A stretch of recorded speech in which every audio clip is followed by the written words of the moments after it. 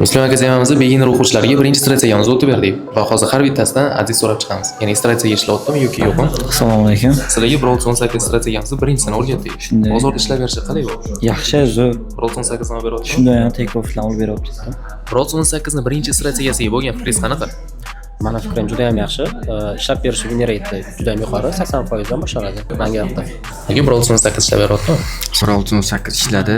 Yangi biz keyin strategiyasini o'rgandik. Birinchi kunning o'zida real bozorda sinab ko'rdik. Brawl 18 zo'r urib beryapti. Brawl 18 legenda. Okey, Brawl 18 haqiqatan ham legenda ekanmi? Birinchi strategiyani o'zidan win rate 93% ga chiqdi. Даже o'zimiz ham olib chiqdik. Bu, конечно, legenda degan. Birinchi strategiyaga bo'lgan fikringiz? Birinchi strategiya gap bo'lishi mumkin emas.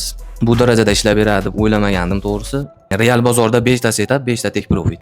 Okey, Brawl 18 ni birinchi strategiyasiga bo'lgan fikringiz qanaqa? Simulyatordan 100 ta setup qildim. 5 ta stop loss oldim. Take profitim 95 ta bo'ldi. Haqiqatan ham yaxshi ishlayapti.